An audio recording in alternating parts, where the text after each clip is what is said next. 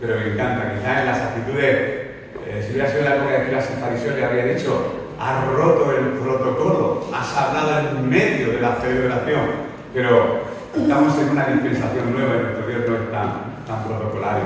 En esta mañana a mí no me gustaría compartir lo que voy a hacer. Y vosotros diréis: ¿por qué? Pues porque la palabra se puede predicar de muchas maneras. No es que haya un sistema, ni una metodología. A ver, las hay seminarios, hay lugares donde se estudia cómo expresar la palabra. Y de hecho hay una asignatura diseñada para tal menester en los seminarios que se llama la homilética, que es el arte de la predicación, la hermenéutica, la interpretación, la exégesis, desmenuzar los textos. Todo eso lo sabemos, pero tú puedes predicar la palabra pues, desde el punto de vista de contar un testimonio y puedes adornarle con algún texto bíblico que lo corrobore. Puedes también pues, tocar un tema, una predicación temática, donde tocas un tema y después tiras de distintos textos, tanto del Antiguo como del Nuevo Testamento, y un poco pues vas afianzando el tema que estás diciendo. Y otra forma es la que estamos llevando a cabo semana atrás, que se llama predicar de forma sistemática y expositiva. Así se llama lo que estamos haciendo en esta ocasión. No quiere decir que no haya ningún sistema específico obligatorio, sino que decidimos, pues lo consultamos, de poder hablar del Sermón del Monte. Y yo te aseguro que si se me hubiera dado libertad para tocar tema libre, todo el que llega a este texto lo salta, que lo sepáis. No hay predicador, pastor, y todos los títulos que quiera, anuncio apostólico, que quiera compartir la palabra, y cuando llega a Mateo 5, que nos toca el 31 y el 32, y de Jesús y el divorcio en el epígrafe, ¡pum!, salta corriendo. Porque como es un tema tan sumamente polémico, y yo la semana pasada dije que me iba a arriesgar. Porque hay dos temas que yo siempre eludido. Uno es el Apocalipsis. Sé que está en la palabra, que es el último libro, Revelation, como dicen los americanos, los ingleses, en el libro de la revelación. Quizá porque es un libro lleno de simbolismos, de metáforas, y porque hay mil interpretaciones de este libro, ¿no? Si el arrebatamiento, si vamos a pasar los creyentes de la gran tribulación, si están los premilenialistas, los postmilenialistas y todo ese rollo. Y yo, pues la verdad, sinceramente me ha gustado. De hecho, que recibí una llamada el otro día de los hermanos, uno de ellos, pastor aquí en la iglesia: hermano, queremos enseñarte escatología. La escatología es la ciencia que habla de eso, de los últimos tiempos. O sea, dispuesto a llamar, pero es que me cuesta tanto. Siempre la palabra tienes que predicarla entera ya, pero esa porción no es la mía. Y hoy me va a pasar un poco lo mismo, porque como nos quedamos la semana pasada hablando de un asunto que era el adulterio, ¿verdad? Pues hoy toca en Mateo 5, 31 y 32, Jesús y el divorcio. Y como me toca, pues vamos a hablar. Así que yo ruego ya de antemano, es como el que le cuesta trabajo cantar y dice: oye, disculpadme si durante el canto suelto algún gallo, porque es que no estoy acostumbrado. Es un tema delicado, es un tema serio, no hay por qué reírse. De hecho, es un tema que está de actualidad, pero Jesús también tuvo algo que decir al respecto. Claro, tenemos que ver en qué momento lo dijo. Eso se llama también en teología contextualizar un texto. En qué momento lo dijo, a qué público se dirigía, cuál era la cultura de su época y por qué decía lo que decía. Porque los tiempos han cambiado mucho. Algunos dirán, los adoradores quizá de la palabra en extremo: sí, pero la palabra hay que comérsela toda, ya, pero hay muchas leyes en Levítico que actualmente no cumplimos, que se hicieron como normas de higiene, o normas que se hicieron para el pueblo de Israel cuando erraba por el desierto. Incluso se les dieron instrucciones de cómo tenían que defecar y hacer sus necesidades. Con palo en mano, vete al desierto, que no hay ningún inodoro, y ahí harás un agujero de tal dimensión y se enterrará tus excrementos. Por haber leyes hay 100 en la palabra del Señor, pero hay algunas cosas que se quedan obsoletas y otras cosas que... Ahora, ¿qué palabra? Sí, pero esto en este caso concreto se dio en un término determinado, en un momento determinado, perdón, y nunca, porque yo sé que cuando se toca el tema de divorcio, la primera pregunta que viene a la mente: sí, pero ¿cuándo es lícito divorciarse? Esa es la pregunta del millón con este tema, yo lo sé. Pero Jesús nunca tocó ese tema. Él iba por otro derrotero. Somos nosotros los que nos enfrascamos en los motivos. Y yo creo que nunca ni pastor ni se debe de meterse, ni con quién te tiene que casar, ni se tiene que casar. Eso es cosa muy personal, eso es personal e intransferible. Nadie debe de meterse en la vida de nadie, es lo que yo creo. En los institutos se sacan normas para los niños, por ejemplo, que tienen déficit de atención, y se sacan unas normas generales. Pero después cada niño tiene una atención particular. Si hay 1.250 niños, hay 1.250 atenciones particulares, aunque todos sean rebeldes y sean críos que les cueste que tengan déficit de atención. ¿Qué quiero decir con esto? Que cada problema se trata de una forma completamente distinta. Y no podemos, que es lo que nos gusta, ¿verdad? Porque eso lo llevamos en la sangre humana farisaica, ¿verdad? De hacer un reglamento, el libro del reglamento. El reglamento interno, la norma 3.4 y la ley orgánica 38/del 77, pobrecitos los que estudian derecho, la cantidad de leyes que tienen que memorizar. Dice, y eso le encantaba a los fariseos, coger la letra de la ley, como ya hemos visto anteriormente, cuando hablamos del no matará, del no adulterará, oísteis que fue dicho, pero yo digo. Y hoy continuamos con el Sermón del Monte, que es el título que yo tengo aquí, Jesús y el divorcio, dice el epígrafe que se encuentra en casi todas las Biblias. Mateo 5, 31 y 32. Y mientras que se proyecta, pues vamos a ir leyéndolo, Jesús y el divorcio. Hay más lugares en las Escrituras donde él se pronunció al respecto, pero siempre él usó una medida disuasoria del divorcio. Él hablaba más de la dureza del corazón, de la actitud del hombre hacia la mujer. Daros cuenta que era otra época donde la mujer era menos que una cosa, mismamente un objeto, donde igual que dentro de la etnia gitana está la costumbre de la bebida entre jovencitas, pues en aquella época no he buscado ahora mismo textos, saberlos hay los montones, pero podríamos dedicarnos 3 sesiones a hablar de este tema. Habían personas que le buscaban, y le buscó mujer para su hijo, y le buscó mujer para su hijo. Parece que el tema del enamoramiento, el tema del noviazgo y todas esas palabras que hemos ido añadiendo en nuestra cultura occidental no existían en la cultura oriental de antaño, como la poligamia y un montón de temas que podríamos hablar, pero vamos a centrarnos concretamente en lo que Jesús dijo. También fue dicho, cualquiera que repudie a su mujer dé carta de divorcio, pero yo os digo que el que repudie a su mujer, a no ser por causa de fornicación, hace que ella adultere, y el que se casa con la repudiada comete adulterio. Mateo 5, 31 y 32.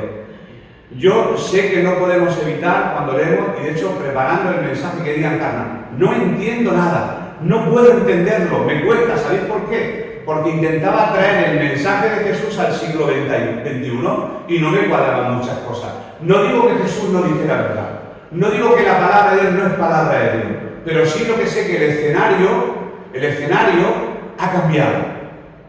Y entonces no podemos meternos a justos jueces y coger el espíritu, no la letra, sino coger la letra, no el espíritu, la letra, y utilizarla para machacar, para agobiar, para decir esto sí, en este caso sí, y en este caso no. Como si nosotros fuéramos, pues mismamente eso, intérpretes de la ley, que no lo somos. Así que, basándonos en el mandamiento anterior que vimos la semana pasada, el de no adulterará, Jesús comenta otro dicho que los antiguos habían enseñado pues, durante generaciones. Que fue dicho, pero yo digo, hoy, estamos con lo hoy que fue dicho. Ya la próxima semana, no te digo yo, seguiremos con Jesús y los juramentos y el amor hacia los enemigos. Y ahí concluimos el capítulo 5. Este va a ser mi hueso duro, pero una cosa que voy a hacer cuando yo transporte este PDF al grupo, pondré toda la bibliografía de donde ha salido esto y más bibliografía y webgrafía, como se dice ahora, para que podáis visualizar y leer al respecto de este tema, porque hay mucho que aprender, porque cada maestrillo tiene su librillo en este tema, pero no se trata de ser maestrillo, ni de tener librillo, ni de acusar a nadie, porque hoy por ti, mañana por mí, y todos estamos en el mismo saco. Y hay que tener mucho cuidado. Esta iglesia yo pienso que es la iglesia que no de juzgar las decisiones de nadie, y menos en este tema. Bien, pues Jesús comenta otro dicho que los antiguos, como he dicho, habían enseñado durante generaciones, la carta de divorcio para que una mujer, hacia una mujer que ha sido repudiada. El tema del divorcio, aquí lo tengo anotado, es un tema controversial 100% a lo largo de los tiempos. Y la actualidad también. De hecho, es un tema de candente actualidad. Lo fue, lo es y lo será. Y es un terreno pantanoso, y de hecho, si a mí me dieran a elegir tema, precisamente no lo escogería. No tengo más remedio que hacerlo porque está en el estudio sistemático. Otra cosa, Domingo está hoy como preparándote demasiado para exponer claro, porque no quiero que ni nadie se dé por aludido, ni nadie se sienta dañado al respecto, porque aquí el que más o el que menos todos hemos tenido nuestras luchas, nuestras guerras y nuestros avatares aún dentro del matrimonio. Dios instituyó el matrimonio allá en Génesis 2:24, podemos buscarlo si queremos. Es una institución divina. Y alguien dice, bueno, Dios instituyó el matrimonio, pero no instituyó el divorcio. Bueno, después lo explicaremos, tranquilo. Al final nos vamos a dar cuenta como resulta que Dios siempre sale en favor de los más débiles. En este caso, Dios sale siempre en favor de la mujer. Y eso no nos damos cuenta. Cuando la mujer adúltera, lo repito por enésima vez, la trajeron, Jesús se enfadó con los fariseos. Me estáis engañando, ¿no habéis leído bien la ley? La ley dice que cuando un hombre y una mujer, ambos sean pillados en adulterio, los dos deben de venir acá y acá deben de zurrarlo los dos, pero me traéis solamente a la mujer. Y en este caso también sale en defensa de la mujer, aunque no lo entendamos, porque nos centramos más en el tema divorcio que en el tema de lo sagrado que es el matrimonio para Dios. Pues así dice en Génesis 2:24, por tanto dejará el hombre a su padre y a su madre y se unirá a su mujer y serán una sola carne. Además de ser una institución divina, habla de lo honroso que es el matrimonio sin mancha delante de Dios. Y eso pues también podemos ir buscándolo en Hebreo, en el capítulo 13 y versículo 4. Dos cosas, instituido por Dios, otra cosa es honroso, el matrimonio. Honroso sea en todo ser matrimonio y el lecho sin mancilla, pero a los fornicarios y a los adúlteros, los juzgará Dios. Lamentablemente, y ahora nos bajamos de la nube, aquí pisamos tierra, siglo XXI, ¿cuántos de nosotros a lo largo de nuestra vida hemos tomado decisiones pensando que las tomábamos en Dios y a lo mejor no eran de Dios? ¿Por qué? Son decisiones que tomamos. Y no sabemos que si las decisiones que hemos tomado, pues no sabemos, no lo sabemos. Si eran decisiones en Dios o según nuestro capricho, no lo sabemos, o cuál era la motivación real, porque las motivaciones auténticas las conoce solamente Dios. Por eso el salmista decía, Señor, líbrame de todos mis pecados. Dice también de los que son ocultos, de los que yo no veo. Las intenciones del Señor son, las intenciones, del corazón, dice la palabra, son engañosas más que todas las cosas. Pensamos que hacemos algo por amor y lo hacemos con interés. Pensamos que hacemos algo, no sé, hay algunos que yo les veo el primero, que tú te crees que lo hacen porque quieren, y lo que hacen es que tú les veas que están estudiando para que les suban la nota. Las intenciones se ven, otras no se ven tanto. Y todos los que estamos aquí nos hemos equivocado alguna que otra vez. Pasa que en esta decisión del matrimonio tiene consecuencias que van más allá. Salpican a hijos, familiares, a nivel psíquico, a nivel de mucho... Bueno, tiene muchas consecuencias este tema. Lamentablemente, puesto que un gran porcentaje de matrimonios fracasan y ven en el divorcio la única salida de escape. Pero, la pregunta, ¿aprueba Dios realmente el divorcio? Pues vamos a verlo en las Sagradas Escrituras. Y que no se nos olvide que no estamos en el Antiguo Testamento, donde se podía tener más de una mujer, donde cuando Sara no podía tener hijos, le dice a su marido, pues acuéstate con mi criada. Eso ahora, ¿cómo sería? Una aberración, ¿verdad? Acuéstate con mi criada Agar. Como es de mi propiedad, como es mi esclava, Agar es mi esclava, los hijos que ella tenga también son míos. Y de hecho parió encima de ella. Y el niño se lo dio no a la madre biológica, sino a Sara. Posteriormente sabemos que quedó embarazada de Sara. Por eso no podemos nunca hacer una normativa. Es que las normativas me cuestan, aunque sé que hay que cumplir las normas. Pero bueno, ¿aprueba realmente que es el divorcio? Vamos a ver en las Sagradas Escrituras lo que dicen. Jesús y el divorcio. Pero yo he puesto ahí, el divorcio en los tiempos de Jesús. En los tiempos de Jesús. Es que ahora es distinto, claro. Por supuesto, las circunstancias son distintas. Antes, la mujer que se le daba, se le repudiaba por cualquier motivo a causa de la dureza del corazón, Si cocinaba y se quemaba el pan, podías divorciarte. Si había una mujer más guapa en la esquina, pues podías dejarla, agarrándote a la letra. Entonces la mujer se quedaba desamparada y lógicamente pues la incitaba a que se volviera a casar y a ser repudiada y se la dejaba en desamparo absoluto. No tenía ninguna pensión. Ahora hay pensiones por todos sitios. La pensión no contributiva, la pensión tal, hay pensiones, entonces no había tantas pensiones, la mujer se quedaba ahí completamente desamparada.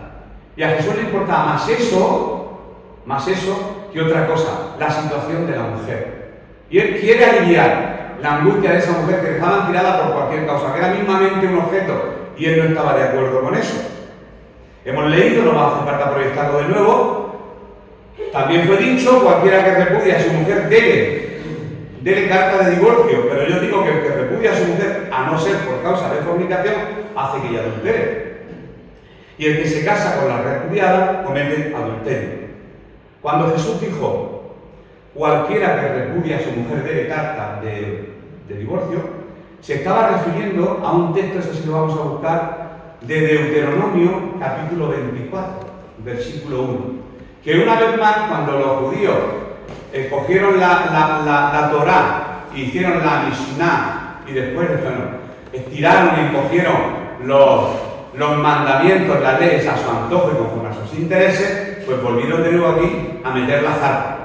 Jesús se dio cuenta que había vuelto a meter la zarpa. Porque mira lo que dice este texto de Deuteronomio 24:1. Cuando alguno tomare mujer y se casare con ella, si no le agradare por haber hallado en ella alguna cosa indecente,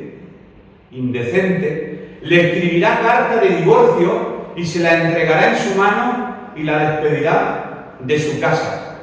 Y ahora, claro, ahora aquí viene la letra. ¿Y qué es indecente? ¿Qué podemos considerar indecente? Pues mira, y salieron dos escuelas que la vamos a ver ahora, la escuela de Gidel y la escuela de Shimei. Dos rabinos y los apóstoles que seguían a Jesús tenían el mismo pensamiento machista de la época, el mismo, y Jesús va a darle en ese. Pues entonces, Jesús, si no lo pone tan difícil, pues cualquiera se casa. Claro, es que vosotros no podéis interpretar a lo mejor por cualquier cosa, porque leísteis la letra más de Moisés que escribió en Deuteronomio 24, si halláis cualquier cosa indecente. Para vosotros, ¿qué es indecente? ¿Que vaya más peinada, que se le queme el pan en el horno? ¿Cuál es, qué cosa es indecente para vosotros? Él iba en defensa de la mujer. Pues con este mandamiento de Deuteronomio 24, que después volveremos a él porque vamos a leer más textos, más versículos de ese mismo capítulo, Moisés quería regular una práctica que ya existía en su tiempo. Regular, ley para regular. Las leyes se utilizan para regular los divorcios por cualquier motivo y con eso proteger el matrimonio, protegerlo. Una norma para proteger el matrimonio, como diciendo, no podéis vosotros ahí porque se os antoje, no sé, por cualquier tontería, te repudio, ahí te quedas en la calle, pero vosotros no dais cuenta que el matrimonio es una institución divina y es algo sagrado y es algo honroso como para que despreciéis a la mujer de cualquier manera. Jesús siempre iba en defensa de la mujer, lo sabemos. Sin embargo, con el tiempo, los rabinos, como he dicho, trataron de interpretar este texto. Y entonces intentaron interpretar la parte de darle carta de divorcio por encontrar algo indecente. A ver, como yo me quiero sentir libre para echarla cuando me dé la gana, pues entonces vamos a ponerle nombre y apellidos a la palabra indecente. ¿Qué es indecente? Y en esa lucha y guerra por saber lo que era indecente, según Moisés en Deuteronomio, salen dos escuelas de la época. La escuela de un tal Gilel, se escribe Hillel, con H, que se le llamaba el sabio, el viejo sabio, que nació en el año 70 a.C. y murió en el 10, vivió unos 80 años, fundó una escuela liberal de interpretación de las escrituras, la posterior Mishnah. Y enseñaba que cualquier cosa que el marido descubriera en su mujer que no le pareciera, como por ejemplo no poder cocinar, volverse demasiado vieja o considerarla incapaz para los quehaceres del hogar, podría ser una causa de divorcio. Claro, la mayoría se adherían a esa escuela, porque esa es la que más me interesa para yo pecar a mi capricho y echar a la mujer cuando me dé la gana. Pero salió otra escuela un poquito más conservadora, que era la escuela de Shammai. Con acento judío, y todo Shammai, Shalom, eso nos recuerda cuando estuvo en Israel, con acento judío, Shammai. vivió del 50 a.C. al 30, otros 80 años. Se ve que se pusieron de acuerdo en estas dos escuelas. Y él estuvo involucrado precisamente en la edición de la Misná. Claro, lógicamente la Misná es coger las leyes y estirarlas y convertirlas en 613 leyes, que ya hemos dicho. Cuando he visto en Israel esas camisas que llevan los judíos por fuera con 613 nudos, las filasterías son las 613 normas, que dije que casualmente coinciden con los granos que tiene una granada. Una granada tiene 613 semillas. Yo no sé si lo hicieron por casualidad o yo qué sé, o hay ahí alguna cábala, algún misterio. Pero bueno, eso es tema aparte. ¿Qué pensaba Shammai? Pues él se apegaba más a las enseñanzas de Jesús y afirmaba que no se podía divorciar. No se podía divorciar. Únicamente si había causa de inmoralidad sexual o causa de divorcio. Bueno, aquí restringía un poco más el tema. Lo que se pretendía era un poco disuadir del divorcio y si alguien me preguntara, esto va a sonar fuerte, yo lo sé. ¿Prohibía ese divorcio entre tantos? Sí. ¿Cómo? Sí. Pero bueno, ahora vamos a ver, en el Nuevo vamos a ver Jesús lo que tiene que decir al respecto. Hemos visto hasta ahora que en ese pasaje que hemos leído, Jesús trata tres cosas, principalmente tres. Indirectamente habla del matrimonio. Segundo, trata del divorcio. Y tercero, trata del nuevo matrimonio. Porque si hay separación, después hay un nuevo matrimonio. Con lo que algunos sacan uñas y dientes, casarse de nuevo, pecado, no. Excomulgado. Todas esas cosas. Yo sé que esto trae muchísima polémica lo que estoy hablando aquí en esta mañana, pero no me voy a mojar mucho. Voy a mojar lo suficiente y lo justo. Y sí, bibliografía os puedo pasar toda la que queráis y cada cual, como esto es muy personal y depende de tu relación personal con Dios, cada uno que interprete y que haga la luz de las Escrituras y a la luz de lo que el Espíritu le muestre, lo que considere oportuno, que se va a respetar 100%. Bien, pues el énfasis de este pasaje de Mateo 5, 31-32, que es el que nos va a ocupar todo este tiempo, el énfasis no es el divorcio. El énfasis prácticamente es el matrimonio, en este texto. ¿Y cómo lo sabemos? Porque todo lo que Jesús dice aquí en estos dos textos es disuasivo del divorcio. Disuasivo. Vosotros por cualquier cosa os queréis separar. No, hombre, no. Que el matrimonio fue instituido por Dios. Y además es honroso. Lógicamente hay unas causas a posteriori de que sí te permiten tomar decisiones, porque en todas las ecuaciones de lo que Dios ha instituido hay una X. Los que saben hacer ecuaciones saben que siempre está la X o la X al cuadrado. Y esa ecuación, ¿sabes cómo se llama siempre? Pecado. Y el pecado viene siempre a romper y a destruir lo bello, lo agradable y todo lo instituido por Dios, incluido el matrimonio. Lo que pasa es que en el caso del matrimonio salpica terceros, y salpica cuartos, y salpica las emociones, y salpica el estado de ánimo, y salpica a un montón de cosas y tiene consecuencias nefastas. Por eso es importante, quizá lo que hemos llegado a detectar, bueno, tomamos nuestras decisiones, pero ahora sí podemos nosotros influir en las siguientes generaciones, aunque pueden hacer lo que ellos quieran, que las cosas, pues no sé, es que aún intentan decir, no es que los matrimonios son el Señor, lo que están diciendo, en el Señor y fuera del Señor, así que es que las cosas ocurren porque el ser humano es pecador por naturaleza y ninguno estamos libres de pecar. Y ninguno estamos libres de que nuestro matrimonio se vaya al garete. Por lo tanto, Jesús lo que desea dejarnos claro es que bajo su reino, sus discípulos no puedan tener una actitud de menosprecio al matrimonio. No hablo aquí de divorcio, que ellos no desprecien el matrimonio, que la mujer sea como una esclava y que ellos tengan la libertad de hacer lo que les dé la gana y renunciar a ella cuando se les antoje. Estaba hablando más de eso que del divorcio. Él no estaba hablando de ese tema. Ellos, los discípulos y nosotros, los del siglo XXI, debemos de ver el matrimonio como una de las bendiciones más importantes que Dios ha dado a la humanidad. ¿Por qué? Uno, porque ha sido instituido por Dios y no por los hombres. Dos, porque revela la íntima relación que hay entre Dios y su pueblo. Y tres, porque ha sido instituido para toda la vida. ¡Buah! Eso ahora mismo resuena en los oídos del joven cuando el cura o el pastor o yo qué sé, o el lama, los que casan, dicen, Prometes amarla, respetarla hasta que la muerte os separa, sí quiero.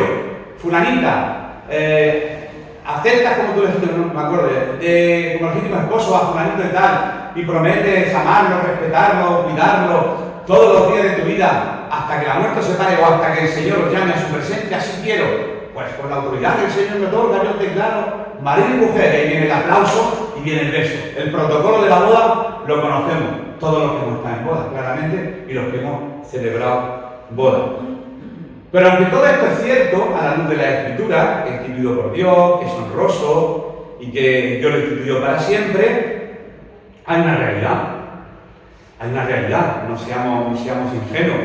Hay un elemento importante en la ecuación del matrimonio, y lo repito, que se llama pecado. Y el pecado opaca aún las cosas más sagradas instituidas por Dios. Aquí lo tengo literal. El pecado procura destruir todo lo que es bueno, todo lo que es bello, todo lo que es verdadero. Y aunque es una de las bendiciones más hermosas que Dios ha dado al ser humano, el pecado puede llevar a que ese matrimonio se destruya. Siempre el ingrediente de pecado, pero de capricho, que ahí es donde se metía Jesús. No por capricho, que haya un motivo real, pero por capricho. Simplemente por capricho, porque a ti se te antoje poder dejar la tirana en aquella época sin pensión ninguna. Increíble. Pero bueno, seguimos hacia adelante. De ahí que Jesús toma tiempo en más de una ocasión para tomar este tema. Concretamente en Mateo 19, no sé en qué otro texto, y también aquí en Mateo. Hay 3 veces donde él se pronuncia al respecto del divorcio. Pero él lo toca con un objetivo. Su mira, cuando toca el tema Jesús, lo podéis buscar en los distintos textos y en lo que voy a mandar, a disuadir a sus discípulos de considerar el matrimonio como poca cosa, como era costumbre en la época. Dale la importancia que realmente tiene, hombre, que no es un juego. Como te la buscó tu padre para ti, tú como un objeto más en la casa, y la cobras, ven para acá, y dame de comer, y tal, el matrimonio es una cosa mucho más importante, es una cosa más divina, está instituida por mí, y debe de ser honroso. Pero Jesús lo único que intenta hacer es disuadir, no de que la gente se divorcie, cuidadito, sino que los discípulos tuvieran en poco el matrimonio.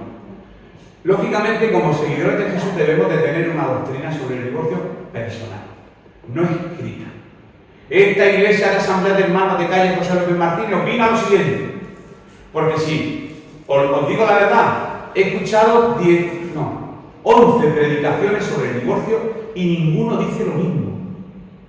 Cada libro dice lo que sabe, a la conclusión que he llegado, a la misma con la que he empezado. De que cuando se hace una norma, ¿cómo tratar a los chicos que tienen esta problemática? Y la ley dice algo.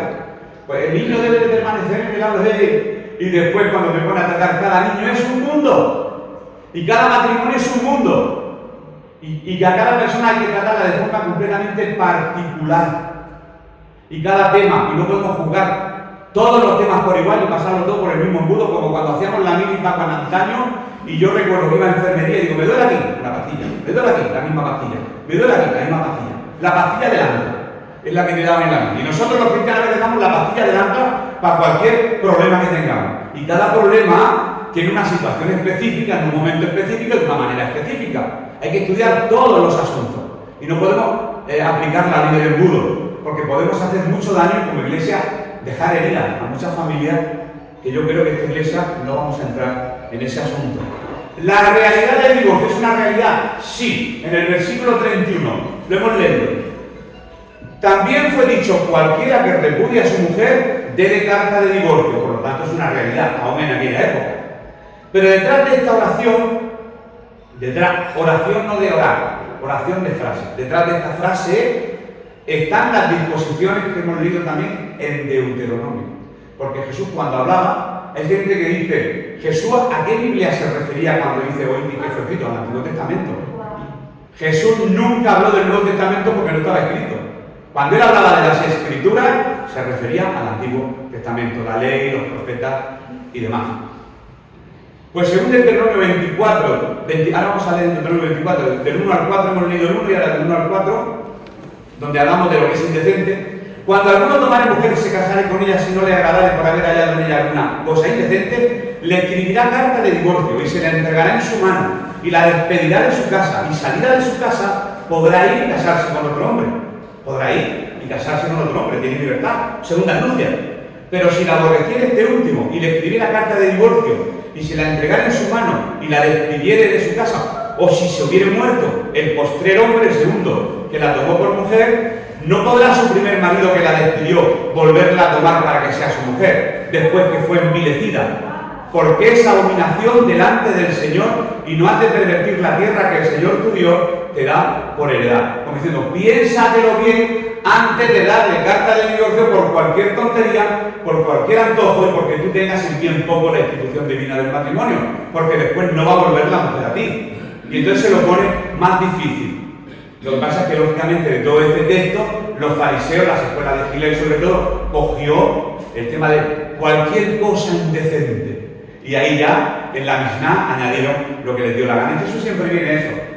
No a llevarnos a la ley, a la norma y a la regla, sino al espíritu de la ley. Y Jesús es misericordia.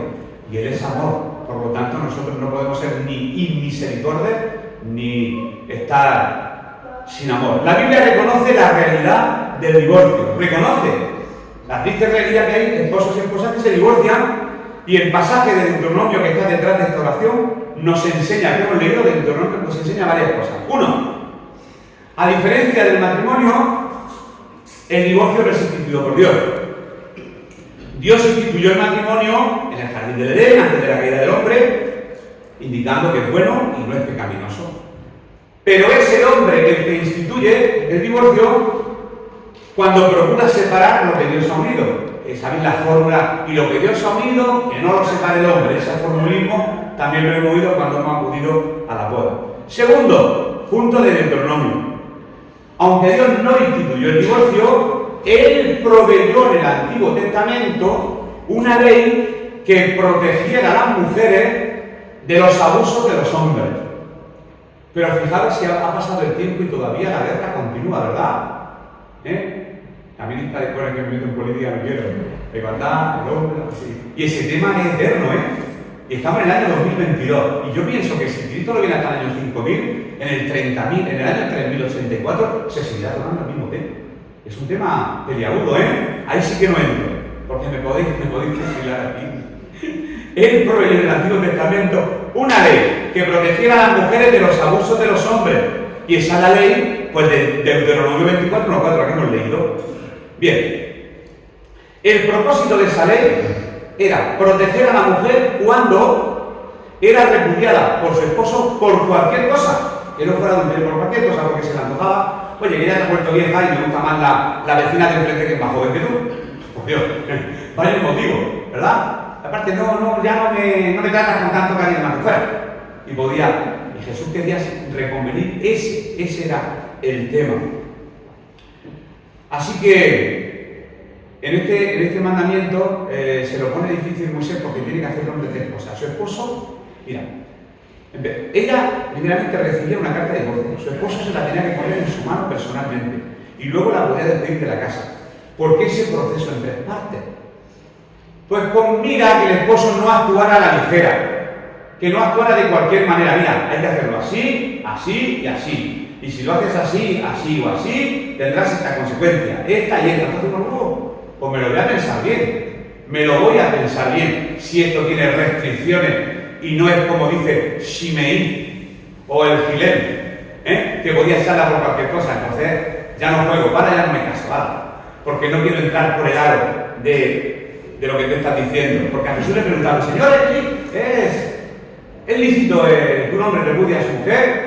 ¿Y por qué? Sí, porque Moisés lo dijo, que le puede dar carta de divorcio. Dice, sí, pero eso fue a causa de la dureza de vuestro corazón. Esa ley se hizo por culpa de vuestro corazón, por culpa del pecado. Si no hubiera habido pecado, pues entonces no hubiera habido divorcio, pero como hay pecado, pues lógicamente hubieron que sacar leyes restrictivas y leyes disuasorias para reconveniros y que volváis a la dignidad, al origen del por qué Dios instituyó el matrimonio.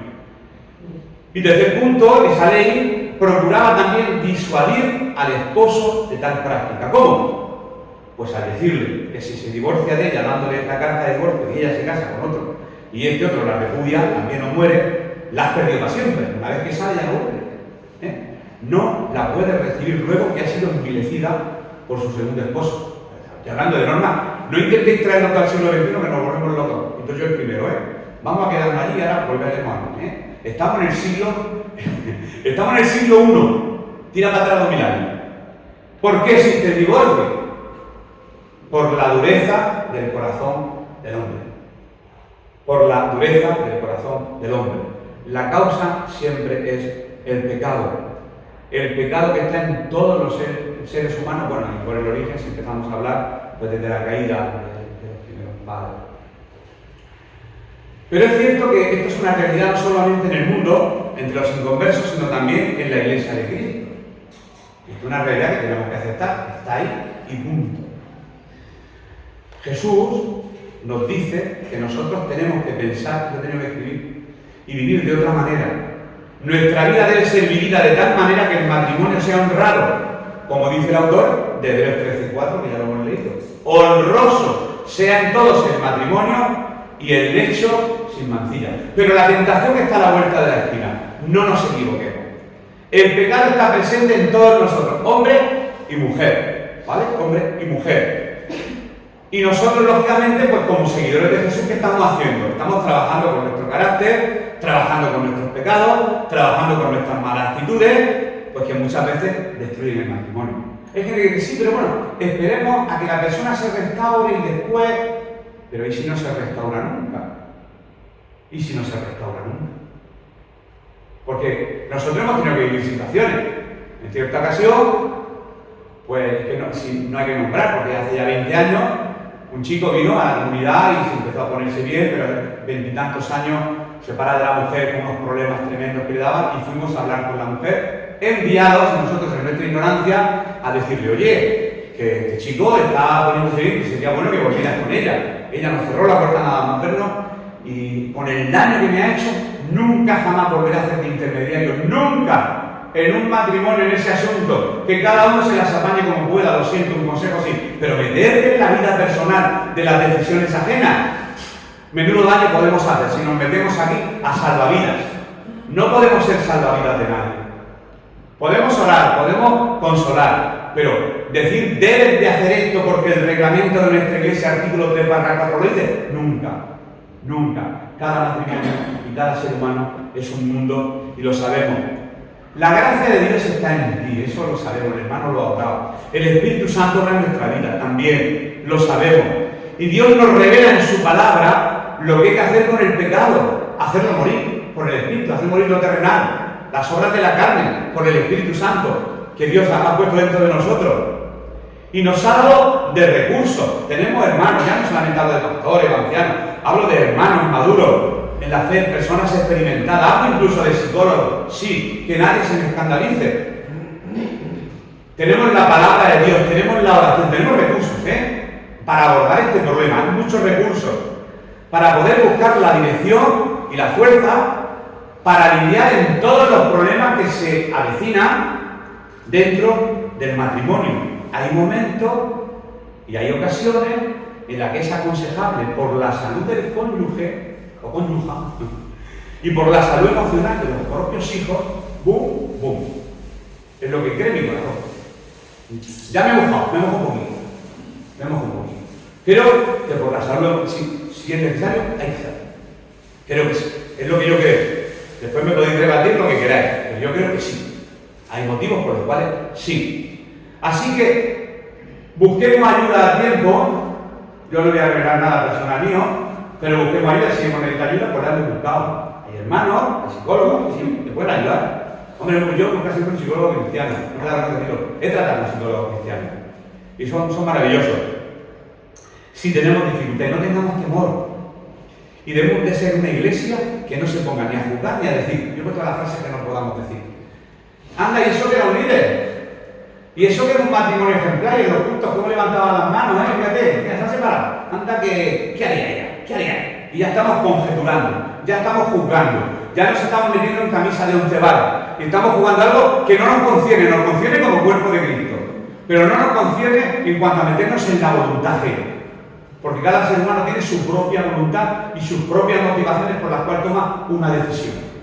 Y como cuerpo de Cristo no podemos juzgar, no debemos de juzgar. Tenemos que ser una iglesia que lo veamos como como una familia que se ayuda, no como una familia que se destruye. Porque hoy por ti, mañana por mí, la texto la palabra dice que el que piense, el que quiera estar firme, que mire que no caiga. Que mire que no caiga.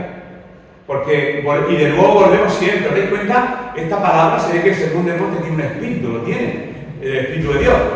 Nos lleva siempre al mismo ejemplo del publicano. Gracias, Señor, que no soy como ese. Porque ese adultera, se divorcia, pero yo no. Ese sí y yo no. El que cree estar firme, mire que no caiga. Pero hay algo más. Jesús no solo reconoce la realidad del divorcio, sino que nos enseña la única causa del divorcio. Él, en este caso, habla del sexo. En el versículo 32 dice: pero yo digo que al que repudia a su mujer, a no ser por causa de fornicación, hace que ella adultere. Y entonces aquí vuelven los nuevos rabinos del siglo XXI a hacer su propia Mishnah, la Mishnah del siglo XXI. Ah, por causa de fornicación. Entonces, por otra causa, ¿y si tiene adicciones? ¿Y si es maltratador? ¿Y si tal? No, ¿os dais cuenta? Nos gustan las leyes, nos encantan. Por hacer nuestro propio reglamento. No nos metamos en camisa de 11 varas, que cada ser humano es un mundo. No nos metamos en esos asuntos. ¿De qué habla Jesús? Jesús está preparando corregir la mentalidad y la práctica de la época, incluidos sus discípulos. Porque sus discípulos tenían la misma mentalidad. Porque algunos eran de la escuela del Filé y otros de la escuela del Shammai. Y cada uno creía lo que creía. Había algunos que la mujer para ellos era un objeto, sus propios discípulos que le seguían. La mentalidad y la práctica de repudiar o divorciarse por cualquier causa era la mentalidad de la época. Repito, la mentalidad y la práctica de repudiar o divorciarse por cualquier causa. Jesús estaba corrigiendo eso. Es para que no nos vayamos al otro, corrigiendo eso. Y ya he dicho, bueno, lo de la nueva escuela, vuelvo aquí a ponerlo, no lo voy a leer por el tiempo. Desgraciadamente los apóstoles tenían la misma mentalidad. Y hablando sobre este mismo tema, aunque Jesús lo amplía un poco, Jesús nos dice en Mateo 19, 9 y 10. Otro lugar de las Escrituras donde Jesús habla del divorcio. Mateo 19, 9 y 10. Hoy no me voy a alargar mucho porque aquí hay mucho material, pero que va. Imposible. Quizá por la introducción así cuidadosa de Mateo 19, 9 y 10. Y yo os digo que cualquiera que repudia a su mujer, salvo por causa de fornicación, y se casa con otra adultera, y el que se casa con la repudiada adultera, le dijeron sus discípulos: pues si es así, es la condición del hombre con una mujer, pues no conviene casarse. Nos está cortando, perdonad por la expresión tan ordinaria, nos está cortando el rollo. Porque nosotros antes podíamos rechazar cuando diera la gana, pero es que ahora, con esas normas, o sea, que tiene que ser porque es adulterio, o sea, porque me queme el pan no. Y porque vaya desalineada tampoco. Tiene que ser porque fornique. Anda que, fíjate, y pensaba, aquella cosa, qué difícil nos lo estás poniendo. Nos lo estás poniendo muy difícil. Pues yo no me caso. Porque no voy a tener dominio absoluto sobre el macho, sobre la hembra. Y yo personalmente digo, qué especímenes de seres humanos. Esto es lo del siglo I, ¿verdad? Y qué mentalidad tan terrible y tan sumamente machista. Es increíble. Pero ¿qué es lo que Jesús nos dice aquí? Nos dice que nosotros, quienes somos hijos del reino por el poder omnipotente de la gracia de Dios, no podemos pensar de esa manera. El matrimonio es algo serio. Es algo serio.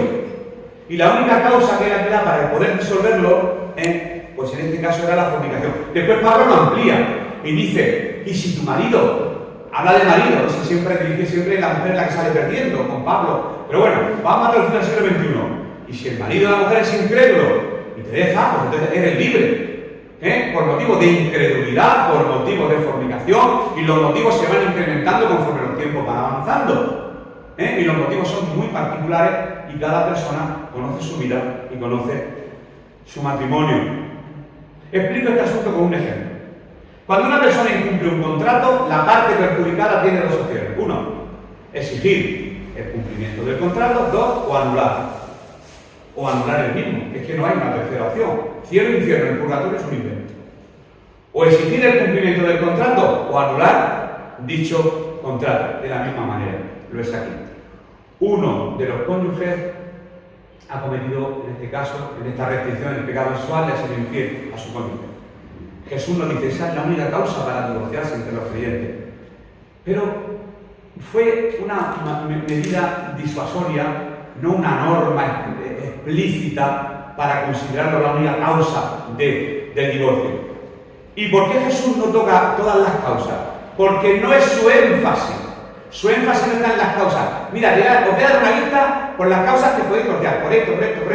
No. Al contrario, siempre quiere disuadirlo por la dureza de su corazón.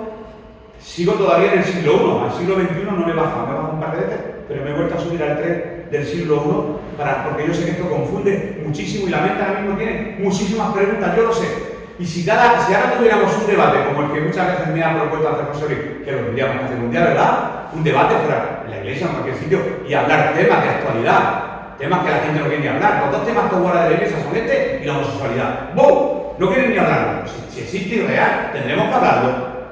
Vamos a ser valientes y vamos a hablarlo, no pasa nada. Tendremos que tocarlos estos temas. Hay que tocarlos. Porque ¿qué pasa? ¿Que estamos libres? Estamos libres. Tenemos hijos, nietos, no sabemos. Que la vida da muchas vueltas, no sabemos ni a ver cómo actuamos ante situaciones semejantes. Y otra cosa que quiero decir, Jesús se divorció. Todo.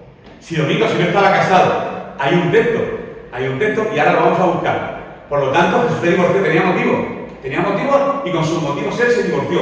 Y este es el texto al que yo me agarro como un clavo ardiendo, porque tenía motivos bien claros. A ver si lo encuentro aquí. Voy a intentar encontrarlo, porque lo tengo en algún sitio porque quiero ir terminando. Bien. Había una primera razón por causa sexual y hay una segunda razón que es la que da Pablo, que es la del caso de que el marido sea incrédulo y demás. Voy a ver si encuentro este texto y vamos a ir terminando. Jesús lo que pretendía decirle, no tengáis ese matrimonio, ni os caséis a la ligera, ni os divorciéis a la ligera. Así que, resumiendo, todo divorcio es causa de algún pecado. De hecho, Dios no condena el divorcio. Ahora, estamos en el siglo XXI. ¿Y cómo lo sé? Pues porque Dios mismo se divorció de Israel. ¿Dónde? Jeremías 3:8, por favor. Ahí se divorcia Dios de su pueblo. Le da carta. Hombre, en el concepto divorcio de antaño que era carta de, lo mismo. Separación, repudio, rechazo. Separación, rotura.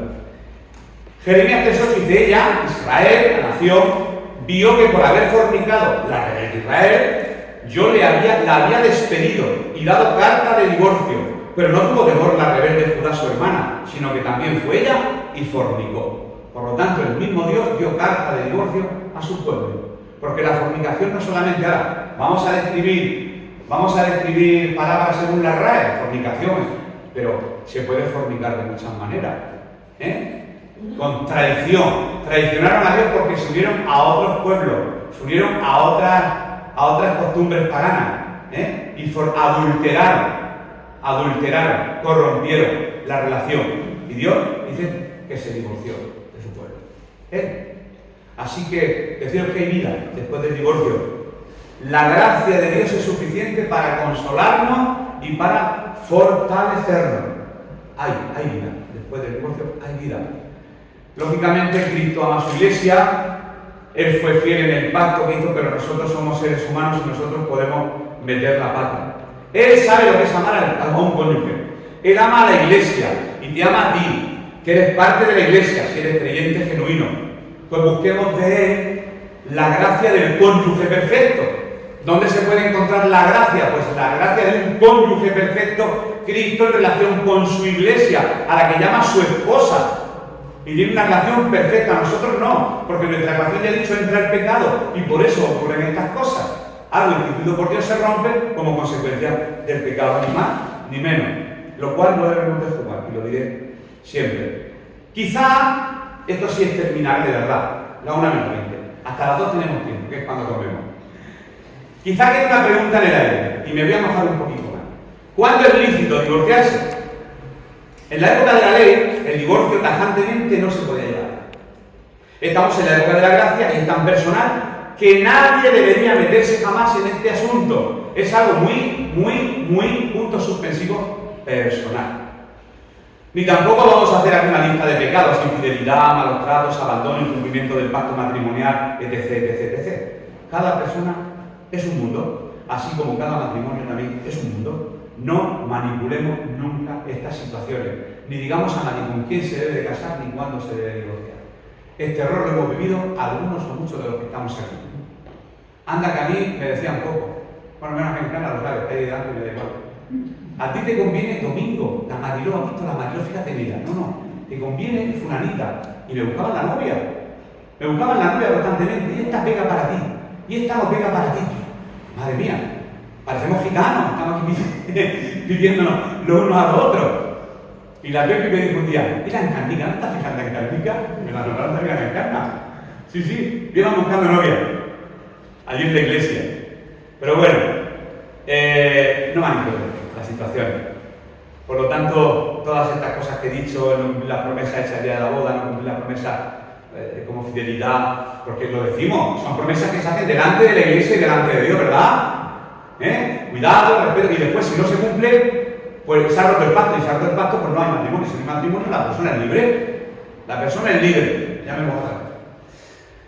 La iglesia piensa siempre en la reparación del matrimonio. No, hay que restaurarlo. Cuando nos mandaron a no, hay que restaurarlo. ¿Qué va a pensar la gente? ¿No os dais cuenta? Muy fariseo este pensamiento. ¿Qué va a pensar?